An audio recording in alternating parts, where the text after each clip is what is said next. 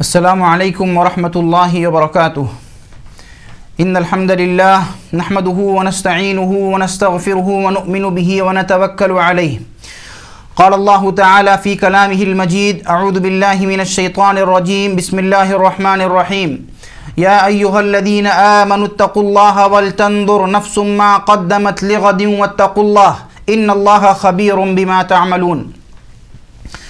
محترم سامعین کرام، تربیت ذات سے انسان کی لاپرواہی کے اسباب کیا ہیں؟ انسان جو ہے اپنے ذات کی تربیت کیوں نہیں کرتا ہے؟ اس سے لاپرواہ کیوں ہے؟ انسان غافل کیوں ہے؟ محترم سامعین دیکھیں، تربیت ذات سے لاپرواہی کے چند اسباب ہیں۔ ان میں جو سب سے پہلا سبب آتا ہے اپنے تربیت سے لاپرواہ ہونے کا، وہ یہ ہوتا ہے کہ انسان کے اندر علم کی کمی ہوتی ہے۔ علم کا نہ ہونا، جب انسان کے اندر علم نہیں ہوتا ہے تب انسان اپنی تربیت کیسے کرے گا؟ کیونکہ اللہ رب العالمین نے قرآن کریم کے اندر یا احادیث رسول کے اندر جو چیزیں بیان کی گئی ہیں ہمیں ابھارنے کے لیے، جو چیزیں ہمیں ابھار کر کے دین سے قریب کرتی ہیں، جو چیزیں ہمیں ابھار کر کے نیک اعمال کی طرف قریب کرتی ہیں، ہم جب ان کے بارے میں پڑھیں گے نہیں، ان کے بارے میں جانیں گے نہیں تو ہم کیسے اپنے نفس کی تربیت کریں گے؟ اور آج کے معاشرے کے اندر اکثر مسلمانوں کا یہ حال ہے کہ نماز کی پابندی ضرور کرتے ہیں لیکن نماز تک ہی سارا معاملہ ہے، اور نماز پڑھ کر کے وہ اپنے آپ کو سب سے بڑا دیندار سمجھتے ہیں، حالانکہ معاملہ ایسا نہیں ہے۔ اللہ رب العالمین نے دین و اسلام کے جو بے شمار احکامات ہیں ان سب پر عمل کرنے کے لیے کہا ہے، تو لہٰذا جب انسان کے اندر یہ سوچ آ جاتی ہے، یہ فکر آ جاتی ہے کہ میں تو 5 وقتہ نماز پڑھتا ہوں، نماز کی پابندی کرتا ہوں، میں تو جنت میرے لیے ہو چکی ہے، جب یہ سوچ انسان کے اندر آ جاتی ہے تو یاد رکھیں پھر یہ معاملہ جو ہے انسان کو اپنے ذات کی تربیت کرنے سے روکتا ہے۔ تو پہلا چیز جو یہ ہے کہ انسان کے اندر تو علم نہیں ہوتا ہے، اور جب علم نہیں ہوتا ہے تو انسان جو ہے دین سے اتنا زیادہ قریب بھی نہیں ہوتا ہے۔ دوسرا عمل جو ہے کہ انسان کی تربیت ذات سے لاپرواہی کا جو اسباب ہے اس کا جو دوسرا عمل وہ یہ ہے کہ انسان جو ہے علم اور علماء کی مجلس سے دور رہتا ہے، علم سے بھی دور رہتا ہے اور علماء کی مجلس سے بھی دور رہتا ہے۔ جب ایک انسان علم حاصل کرے گا نہیں، جب اس کے پاس علم موجود نہیں ہوگا تو انسان کس طریقے سے سیدھے راستے پر چلے گا؟ اس کے سامنے اس کو جو اچھا لگے گا وہ انسان وہ کام کرے گا، حالانکہ شریعت مطہرہ اس سے کسی اور چیز کا مطالبہ کرتی ہے۔ اسلام کا سیدھا راستہ کچھ اور ہوتا ہے اور یہ انسان کسی اور راستے پر جاتا ہے۔ تو ایک انسان کے اندر علم کی کمی کا ہونا اور دوسرا جو ہے علماء کی مجلس سے دور رہنا۔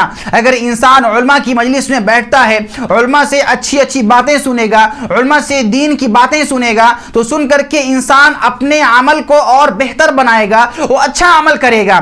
جب انسان علماء سے دین کی باتیں سنے گا تو اس کے اندر مختلف طریقوں کے سوالات پیدا ہوں گے، جب سوالات پیدا ہوں گے تو علماء سے سوالات کرے گا، اس کے اندر جذبہ پیدا ہوگا۔ لیکن انسان اکثر مسلمانوں کا یہ حال ہے کہ مسلمان علم سے بھی اور علم کی مجلس سے بھی دور رہتے ہیں۔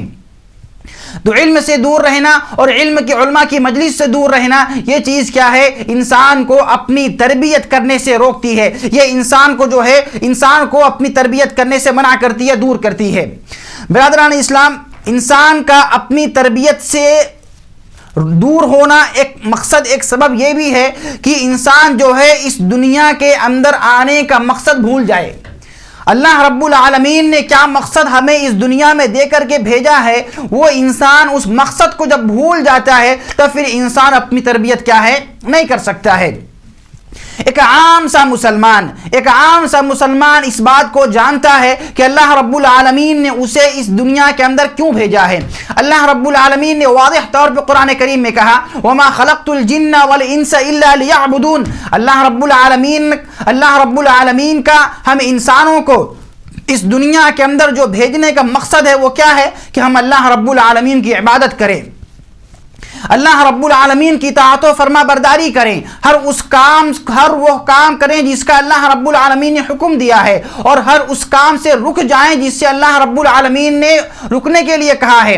تو لہٰذا جب ہم اس مقصد کو بھول جائیں گے تو ہم پھر اپنے آخرت کے لیے اپنی ذات کی تربیت کیسے کریں گے؟ تو لہٰذا ضرورت اس بات کی ہے کہ اللہ رب العالمین نے جو مقصد ہمیں دے کر کے بھیجا ہے وہ مقصد ہمیں یاد رہنا اور اس مقصد کے پیچھے لگے رہنا، تاکہ آخرت میں اللہ رب العالمین نے ہمیں جس جنت کا وعدہ کیا ہے وَجَنَّةٍ عَرْضُهَا السَّمَاوَاتِ وَالْأَرْضُ، کہ وہ جنت جس کی چوڑائی زمین و آسمان کے برابر ہے، جس جنت کا اللہ رب العالمین نے ہم سے وعدہ کیا ہے وہ جنت ہم سے مل سکے۔ یہ کب ہوگا؟ جب ہم اپنے اس دنیا میں آنے کے مقصد کو یاد رکھیں گے۔ اگر ہم اس کو بھول جائیں گے تو پھر یاد رکھیں قیامت کے دن اللہ رب العالمین بھی ہم کو کیا ہے؟ بھول جائے گا۔ برادران اسلام، اب سوال یہ پیدا ہوتا ہے کہ انسان اپنے ذات کی تربیت کیسے کرے؟ انسان کس اعتبار سے اپنے نفس کی تربیت کرے؟ اس کے لیے سب سے پہلے یہ ہے کہ ہم انسان اس بات پر غور کریں، اپنا محاسبہ کریں کہ ہمارا اعمال کیسا ہے۔ ہم نے اب تک ہماری جو زندگی گزری ہے 40 سال 50 سال کی، ان ایام کے اندر اس زندگی کے اندر ہم نے زیادہ کام اللہ رب العالمین کی نافرمانی کا کیا ہے یا زیادہ کام ہم نے اللہ رب العالمین کا فرما برداری کا کیا ہے؟ اللہ رب العالمین نے قرآن کریم میں فرمایا یا ایھا الذین آمنوا اتقوا اللہ ولتنظر نفس ما قدمت لغد واتقوا اللہ۔ اللہ نے کہا اے ایمان والو اللہ رب العالمین سے ڈرو، اللہ رب العالمین سے ڈرو، اور تم میں کا ہر شخص اس بات کا خیال رکھے، تم میں ہر شخص اس بات کو دیکھے کہ وہ کل قیامت کے دن کے لیے اس نے تیاری کیا کیا ہے۔ اللہ رب العالمین نے ہر انسان کو کہا کہ اتقوا اللہ ولتنظر نفس ما قدمت لغد، کہ اس انسان نے کل قیامت کے دن کے لیے کیا تیاری کیا ہے، ہر شخص اس بات کی طرف دھیان دے۔ تو برادران اسلام، جب ہم اپنا محاسبہ کریں گے، جب ہم اپنے بارے میں سوچیں گے، اپنے اچھے اور برے اعمال کو وزن کریں گے، تو ہمیں معلوم پڑ جائے گا کہ ہم نے کتنا اچھا کام کیا، کتنا برا کام کیا ہے۔ برادران اسلام، نبی علیہ الصلوۃ والسلام کی حدیث ہے، آپ نے فرمایا الکیس من دان نفسہ وعامل لما بعد الموت، کہ ایک ہوشیار آدمی، ایک چالاک آدمی وہ ہوتا ہے، جو اپنے غصے پر کنٹرول کرتا ہے اور مرنے کے بعد جو زندگی اسے ملنے والی ہے اس زندگی کے لیے تیاری کرتا، وہ انسان چالاک آدمی ہے، وہ انسان کیا ہوشیار آدمی ہے۔ اور بیوقوف آدمی وہ ہوتا ہے جو اس دنیا کے اندر اللہ رب العالمین کی نافرمانی کرتا ہے، اپنے نفس کی اتباع کرتا ہے، اور لیکن اس کے ساتھ ساتھ میں اللہ رب العالمین سے بڑی بڑی امید لگاتا ہے کہ میں تو جنت میں جاؤں گا، میں تو اس طریقے سے اللہ رب العالمین کے ہاں کامیاب ہو جاؤں گا، اللہ رب العالمین میرے ساتھ ایسا اچھا سلوک کرے گا۔ تو اللہ رب العالمین سے امیدیں بڑی بڑی لگاتا ہے، لیکن عمل نام کی کوئی چیز نہیں ہوتی ہے۔ امید لگائیں، اللہ رب العالمین سے اچھا سوچیں، اللہ رب العالمین کے بارے میں اچھا گمان کریں، لیکن عمل بھی ساتھ میں ہونا چاہیے۔ عمل ہمارے پاس ہے نہیں اور اللہ رب العالمین سے امید ہم بڑی بڑی لگا رہے ہیں، ایسا نہیں ہونا چاہیے۔ برادران اسلام، محاسبہ کرنے کا سب سے آسان طریقہ یہ ہے، اپنے ذات کی تربیت کرنے کا سب سے آسان طریقہ یہ ہے۔ امام ابن قیم فرماتے ہیں کہ ایک انسان جو اپنے نفس کا محاسبہ کرنے کے لیے سوچتا ہے، جو اپنے ذات کی تربیت کرنے کے لیے سوچتا ہے، وہ انسان یہ کام کرے کہ روزانہ انسان سونے سے پہلے وضو کرے اور وضو کر کے بستر پر جائے، اور سونے سے پہلے وہ دھیان دے کہ آج پورے دن میں نے اللہ رب العالمین کے لیے کتنا اچھا کام کیا، کتنا برا کام کیا۔ روزانہ یہ کام کرے، روزانہ سونے سے پہلے اپنا حساب کرے دن بھر کا کہ آج میں نے اللہ رب العالمین کی نافرمانی کا کتنا کام کیا اور اطاعت کا میں نے کتنا کام کیا۔ اس کے بعد سونے سے پہلے اللہ رب العالمین کے حضور خالص توبہ کر کے سوئے۔ اللہ رب العالمین کے سامنے کیا ہے؟ خالص توبہ کرے اور توبہ کر کے سوئے، اور اس کے بعد جو ہے وہ آئندہ گناہ نہ کرنے کا عزم کرے۔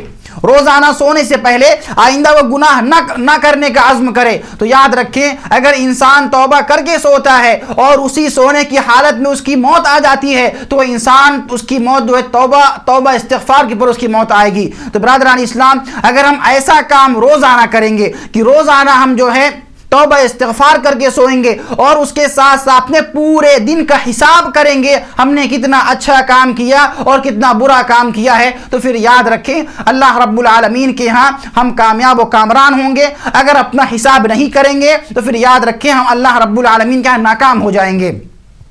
حضرت عمر نے ایک بات کہی تھی، حاسبوا قبل ان تحاسبوا، اپنا حساب کرو، اپنا حساب کرو اس سے پہلے کہ ہمارا حساب لیا جائے، اس سے پہلے کہ اللہ رب العالمین ہمارا حساب کرے، ہمیں اپنے حساب کرنے کی ضرورت ہے۔ آخر میں اللہ رب العالمین سے دعا ہے، رب العالمین ہم تمام کو عمل کی توفیق عطا فرمائے، آمین ثم آمین، وآخر دعوانا ان الحمد للہ رب العالمین۔